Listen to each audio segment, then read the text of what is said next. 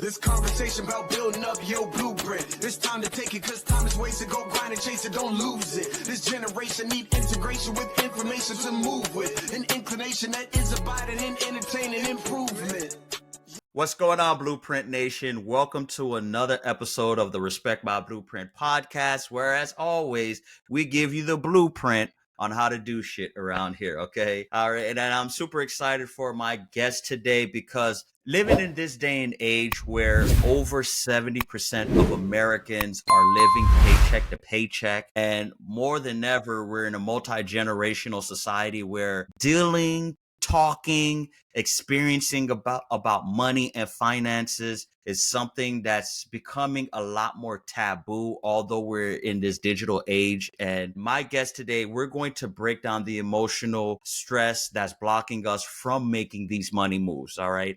And guess what? He's not just about crunching numbers here, guys. He's about decoding the actual feelings behind your finances, all right? So he's coached hundreds of individuals out of money shame, and he's also lived it. He's coached it. This is where gentle money meets savage transformation, ladies and gentlemen. So I want to go ahead and welcome to the show, welcome to the mic, my guy, my best friend here. Well, not my best friend, my friend here. I'm sorry, Adam Koren. How you doing, Adam? I'm good. It's nice to be here. Thanks, Wesley. All right. Awesome. So, Adam, first of all, welcome to the show. You know, we've been clamoring for a guest like yourself for quite some time, right? Based upon the introduction I've given. And I feel you're going to give us a lot of great energy and a lot of insight on how to go ahead and break through some of the feelings that people are experiencing about money. But before we get into that, if you could start off by telling the audience a little bit about yourself, give us a quick elevator pitch, tell us your background and your experience, and that'll set the stage for the rest of the conversation. Sure, happy to. So yeah, first of all, I was never really that into finances myself, but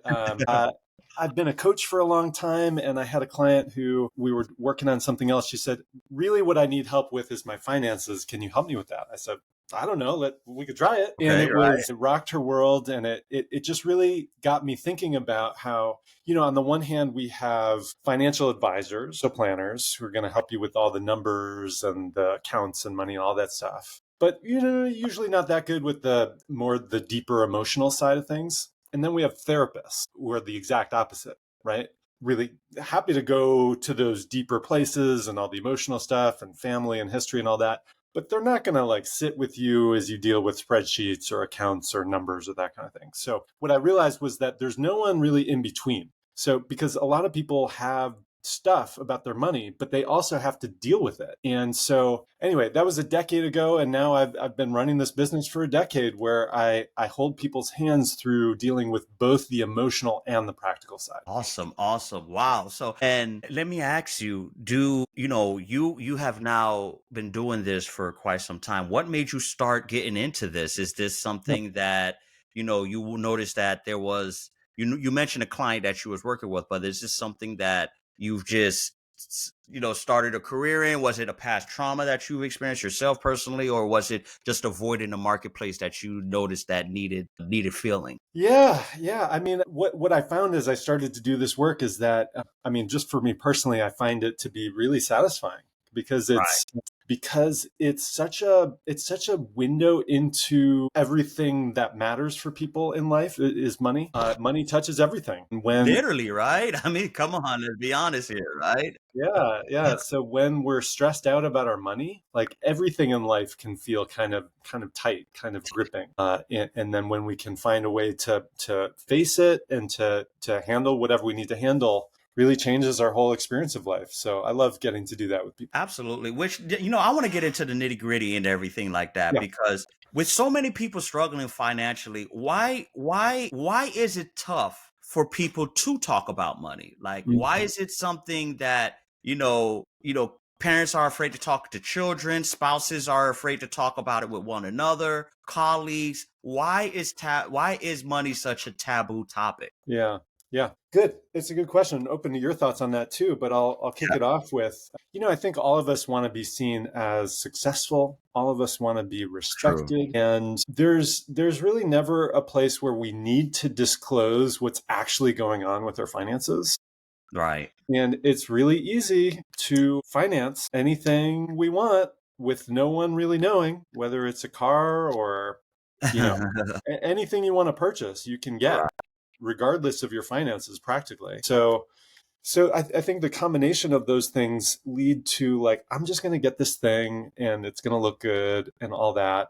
And no one will really know except for me, like, what's really going on with my finances. That's So true. so that's one aspect of it. That's not true for everybody, Right. but yeah, there's really never a reason we have to talk about it. What do you think? Why do you think it's so taboo? To be honest with you, I think is the society that in America that's just been here for quite some time, right? Like you mentioned, money is the ultimate barometer. It's the it's the finish line, right? And with the wealth gap in this country and everything like that, it's shameful that some people cannot, quote unquote, keep up with the Joneses, as they would say, right? Especially in this an economy where, let's think about it. We are a consumer, but we're an economy that likes to buy consumer goods, the largest consumer consumption in the world, right? We buy everything, right? And when you're not able to get that brand new car every 2 years, if you're not able to go ahead and buy the brand new deck like the neighbors have 2 doors down or something like that, it's sort of like puts a stigma and a shame that just like, man, and of course, just the cost of living is so high. So I think it's just the way society is set up just ultimately causes it for people to have this anxiety when it comes to money that they just don't want to talk about it, right? Yeah. Yep. You That know, really resonates. And you know.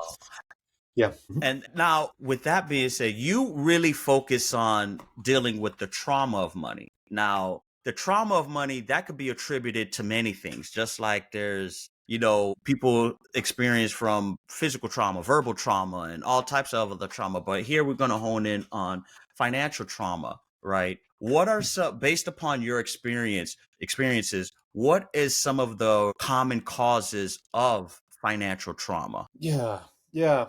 Man, there are so many different ones. I'll tell one story that of a client I helped, where several years before we started working together, she had fallen in love, and she was building a life with this guy, and so they bought, and I tell the kind of the full story in my book that I'm just finishing, will be coming out soon, called Gentle Money. Oh. But yeah, yeah. But the shorter version of the story is basically this guy completely screwed her over. They bought a house together, and he convinced her to put the house in his name, even though a lot of the money was her money.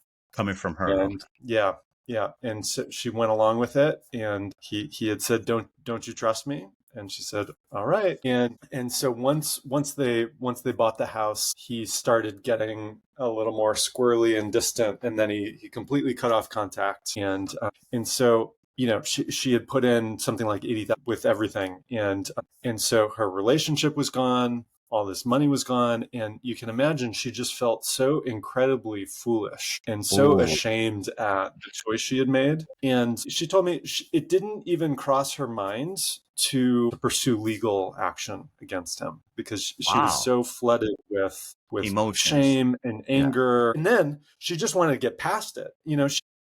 Right. It was so painful. She didn't want to keep thinking about it. And so she just moved on. The good news with it is that before this happened, she had taken jobs that she was making $30,000-$40,000 a year, that kind of thing. And just money wasn't that important to her in that way. And after this incident, she realized, like, I got to take care of myself. Like, I can't wait for a guy. I got to be more independent, and I got to make more money. And so she started really approaching her career in a different way. And she ended up making double what she was making. And then she found a way to make triple what she was making. And she, like, after several years, she found a way to make herself whole, and kind of recover the $80,000 and more. And the good news is, after our work together, she got to heal some of that, and she's with a new guy now, and she just bought a house in her name, and Right. welcoming this guy into her life in that way. So it's a happy ending, but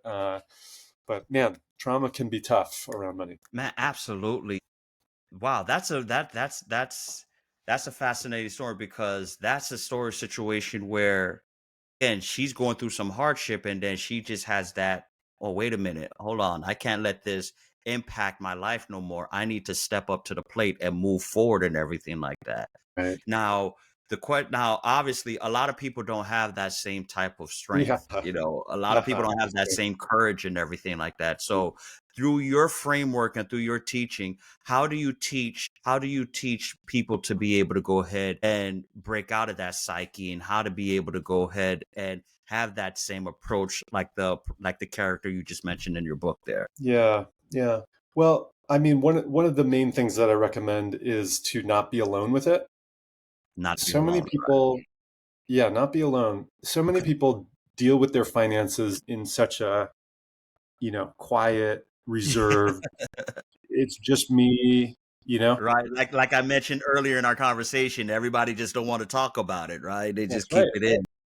Right, exactly. And unfortunately that's where shame grows and festers is when we're isolated and when we think it's all on us. Actually, that's another important thing is that, what I realized after many years of doing this was that Mhm. just about everybody I talk with has the belief I should know what I'm doing with my finances. I'm an adult. But Hmm. if you stop and think about it, like we Yeah, don't that's get any training in finance. I mean, I know you're trying to remedy that, right, but right.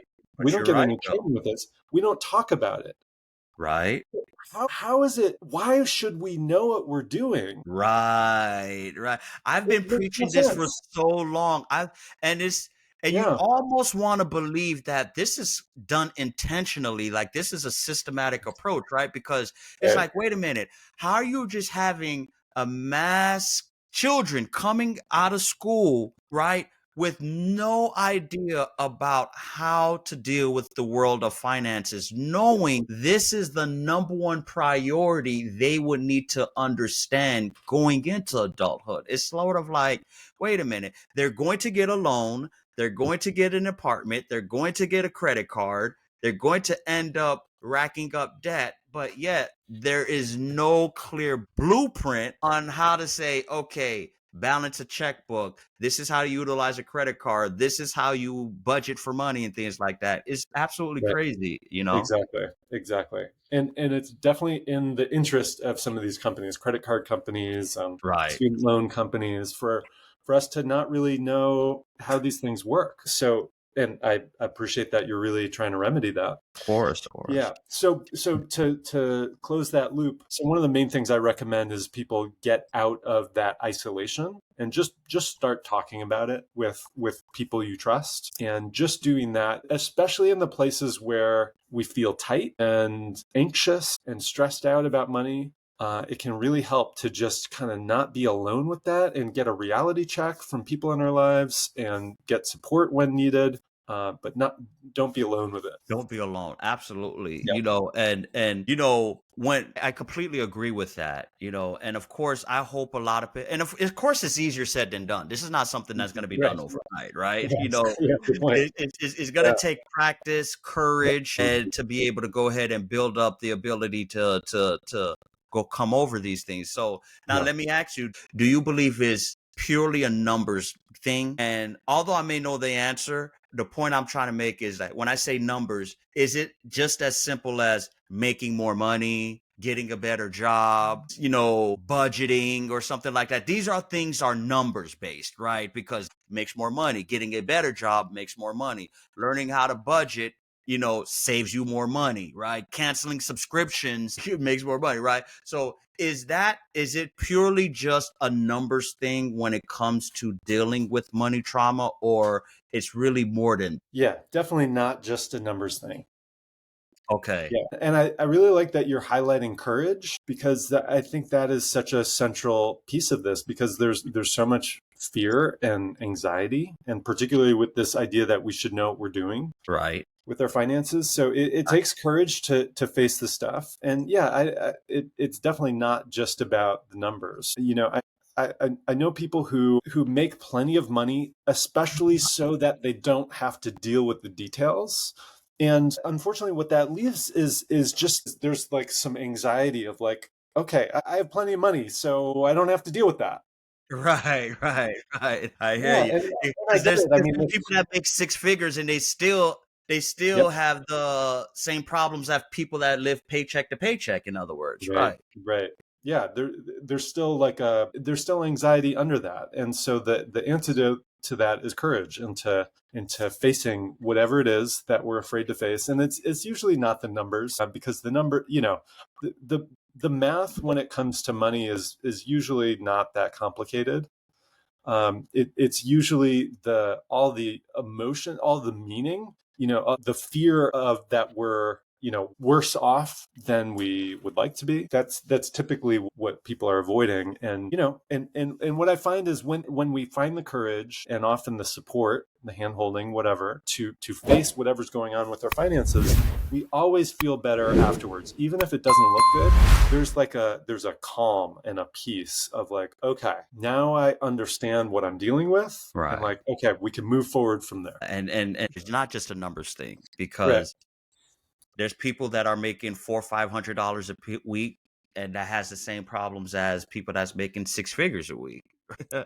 And to me, that's the crazy thing here, right? So with that being said, in this very busy world that we're in right now, right? Because we're in a society where there's buzzwords such as multiple streams of income or side hustle and things like that. So gig economy, so people are always in a rat race and everything like that. So how do you help people pause and kind of reassess what success really means when it comes to, like, it's not all about chasing the money. Maybe you need to go ahead and there's underlying issues that you need to address or deal with. Yeah. I mean, people don't come to me unless things have kind of boiled up to a point of like, all right, I got to deal with this. Why don't I talk to somebody about this? And unfortunately, so many people are used to just a constant level of anxiety and stress around it. Right. But I get to talk to people once it's kind of hit a point of like, all right, I got to do something different. I don't know what.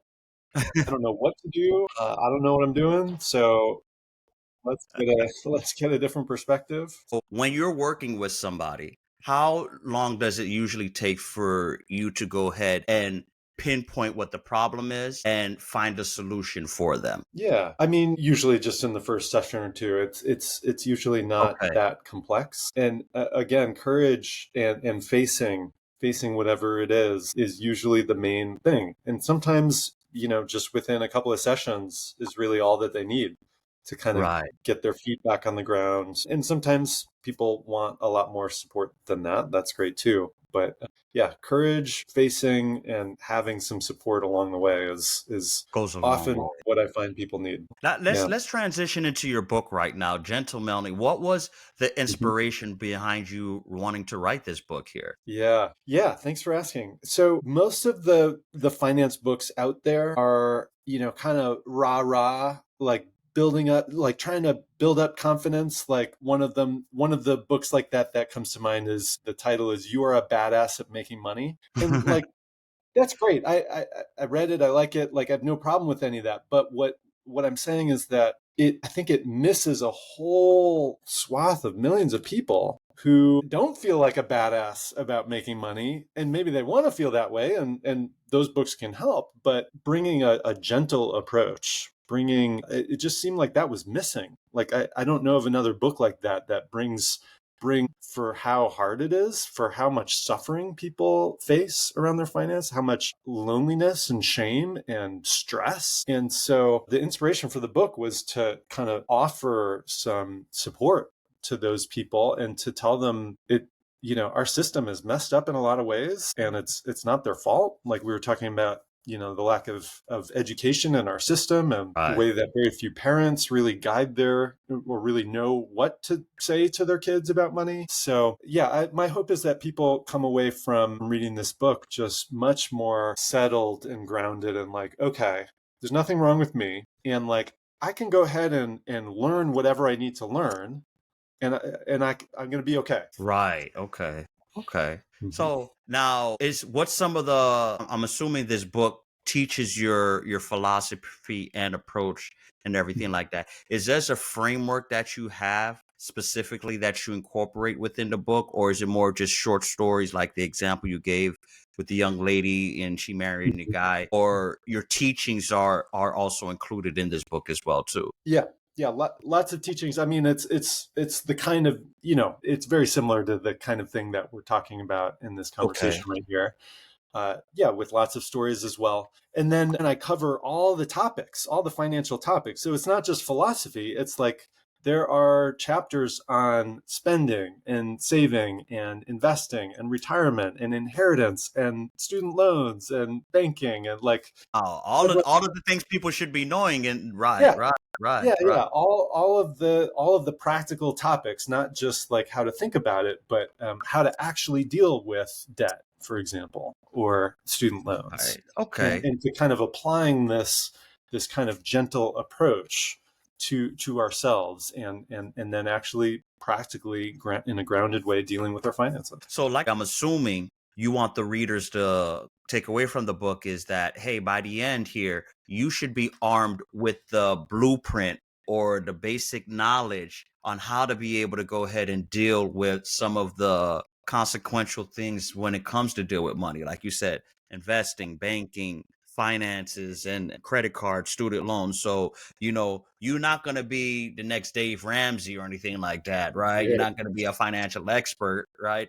But at least you have the bare bones to be able to at least say, okay, I have enough where I could stop banging my head against the wall about money, but I could actually at least take care of myself moving forward, right? I guess That's that's right. the approach, right? That's right. Yeah, exactly that. And not just to have all the information, they'll have that, but along with that information is the message over and over again. There's nothing wrong with you. You didn't do this wrong. Our Right. our Okay. our culture kind of has screwed us over in some ways. And so my hope is that it's soothing and like, okay, and I can do this. I can do this. So, like, it all goes back to that magical word you started with earlier, courage, Courage. right? Yeah. Yeah, yeah. Courage, right? Mhm. That is the Yeah. main. Okay. Now, if you could share with us, is there any particular student or couple or even organization that you worked with that really stands out that you could share that, hey, you've worked with this couple or person, they were in total shambles when they approached you, but after working with you, you was able to go ahead and do a real life transformation for them. So is there any example you could share? Yeah, let's see. Yeah, so this isn't a total shambles, but one story I think is really powerful in the book is it's actually a friend of mine. It wasn't a client, but she was telling me about her money, and she had recently started a new business, and I think that's a Okay. lot of your audience here. Some of them are entrepreneurs. Right. And so, it's very exciting, but also very stressful, and her income's going up and down. And she, as we talked it through, and she was having all this stress about money because sometimes she was making more than her expenses, sometimes a lot more, but sometimes a lot less. Okay. And so the thing that was stressing her out was that she had this rule that she had to make at least triple her rent in income. Not a Okay. bad rule. Which Yeah, is fine. exactly. Okay, fine. Exactly. Not a bad rule, but she was losing sleep because she wasn't able to do that every month. She was able to do that sometimes, but not others. And then Right. the Okay. other unwritten rule she had was that she was to never touch her savings. Okay. Again, That's fine. that's a good rule, right? Yeah. Nothing wrong with I that. have no problem with that. But she was losing sleep, and she had like $100,000 in savings. Oh, So wow. right. So by the end of our conversation, she realized like what I told her was like that $100,000. That's your money. So it's a Mm. good idea to not touch it if at all possible. Totally Right. with you on that. But you could, you Yeah. could, you, I mean, it's at the end of the day, you're right. yeah, It is your money, yeah, right? So come exactly. on. Exactly. I mean, and I was like, if you take $5,000, $10,000 from that or something, you still have $90,000. And like, and it started to dawn on her like she could relax so much more about her whole situation if she just took a different approach and really, rather than having these kind of unwritten rules kind of stressing her out, you Right. could go like, "Oh, I've got these resources. Like, I could do this differently. I can take a kinder approach with myself." A And of course, breather, she's trying to right? make as much money as possible, but but I think she was able to sleep better after that, of realizing like, oh, I don't need to meet these unwritten rules no matter what. Okay. So that's one story. So having trauma with money doesn't always have to be in a negative aspect. It could be in a pot, like the story you said, because she was actually she was dealing with trauma, but on the positive side, she had the $100,000 of savings. She had Right. her business that she wanted to make 3 times as much as her rent. Although she may not make 3 times, but she may be making 2.5 or even 2 times as much as her rent, which is still good. That's still Right, fine, exactly. right? But she's still losing sleep over it. So you're telling me there's people actually that out there that's experiencing the positive traumas of money. Is that right? What do you mean by positive How trauma? positive? I Yeah, guess I'm what's not another way finding of saying the because again, when you think of money trauma, you think of people having a lack of money. it? Mm-hmm. This young lady you just mentioned, that wasn't her situation. She actually had an abundance, $100,000 in savings and a good career or job that was paying her enough to pay her rent and some based on her unwritten rule, right? So I guess, like I said, the trauma of money doesn't necessarily have to be with the lack of money. It could also be on the abundance of money as well, too, right? Yeah, I mean, stress can take a lot of different forms. Right. So maybe that's a better word for it, is like she was having all this stress, but what she realized was that the stress was coming from the unwritten rules. It wasn't inherent to her situation. It was just her assumptions about what she had to do no matter what. And it turned out that shortly after that conversation I had with her, she had some health stuff she had to deal with, and she actually took a pause from her business. And so Oh, her income, went way down, of course. And so it's a really good thing that we had that conversation, because she was able to realize like, okay, like I guess I need to pull from my savings and take a few months off and like really attend to, all these doctor appointments and resting and all that. Like, and, if she had to continue to, if she was still putting this pressure, I still got to work, along with trying to heal, like it would have been way worse. right. And now when people are going through the healing process of dealing with the trauma of money, right? How do you necessarily recommend they should go through it? Because some people may have a guilt in spending, right? Mhm. But this young lady you just mentioned, you actually gave her the recommendation, the green light to say, hey, take a little, spend a little money, go on a vacation, possibly take some money and enjoy yourself, right? Do Mhm. you encourage that hey, it's okay to take your foot off the gas a little bit and possibly enjoy life? Yeah, sometimes. Yeah, yeah. Here's another story that comes to mind around that. So I had a client who was stressed out about her money, and she what she was telling me is she was spending way more on convenience, on like on takeout and stuff on Amazon, way more than she wanted to. It wasn't feeling great, but it was Okay. just kind of habit.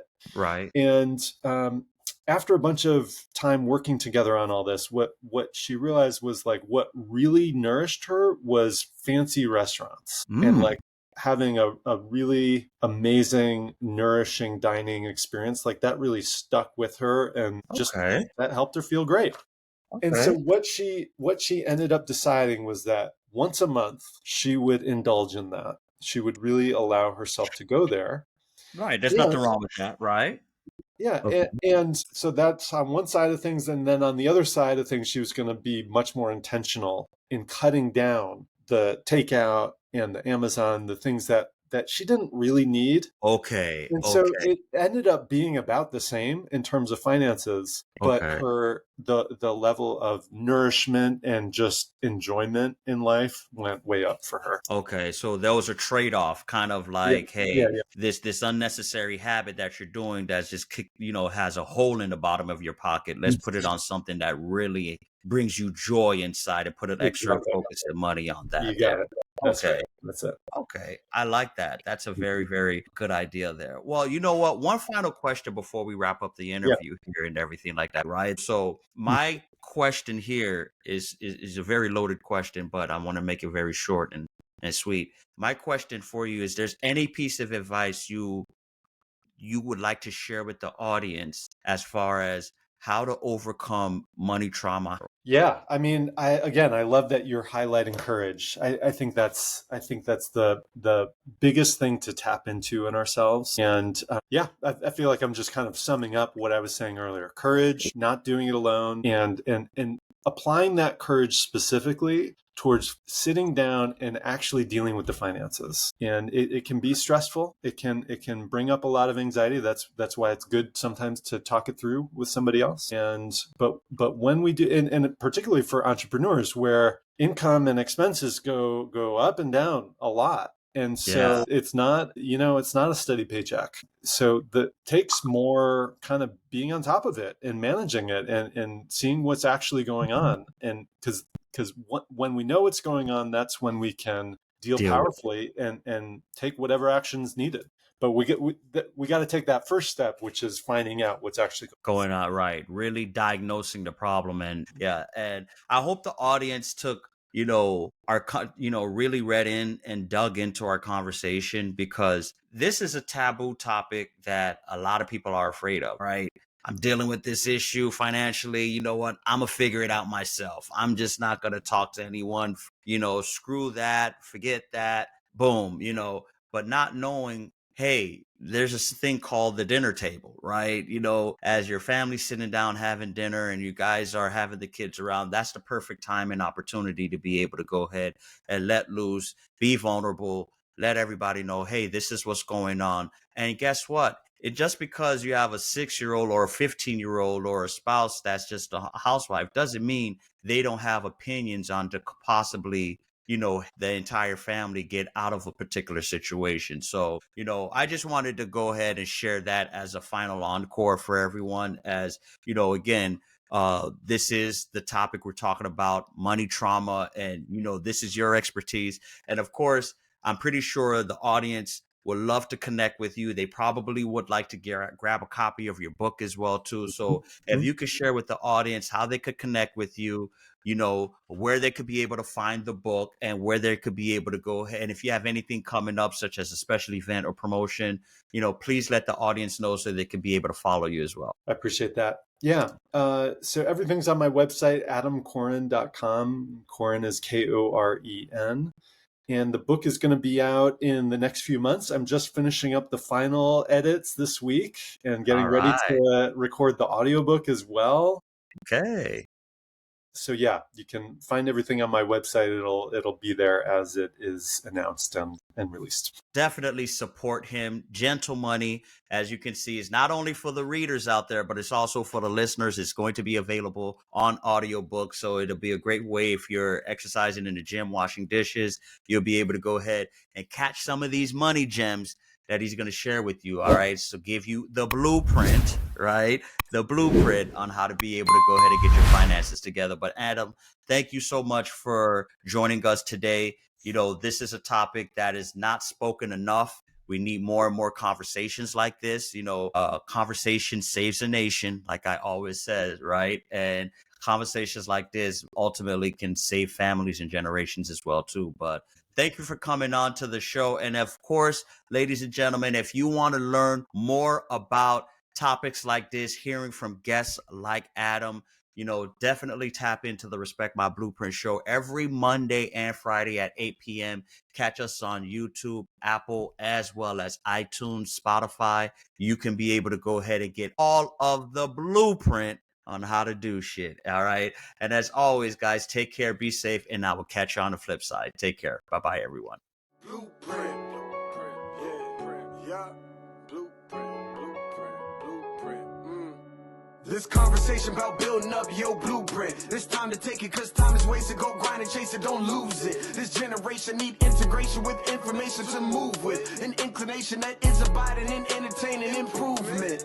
Yep, let's Paul with Blueprint. His guests are exclusive. Get on and tune in and then learn some new tips about credit, finance, investment. A nice chance to get rich and buy land. Flip it, quick 9 bands. Learn all the skills from Wesley did it. Learn how to build successful business. Run up a mill and get the digits. Run up a mill.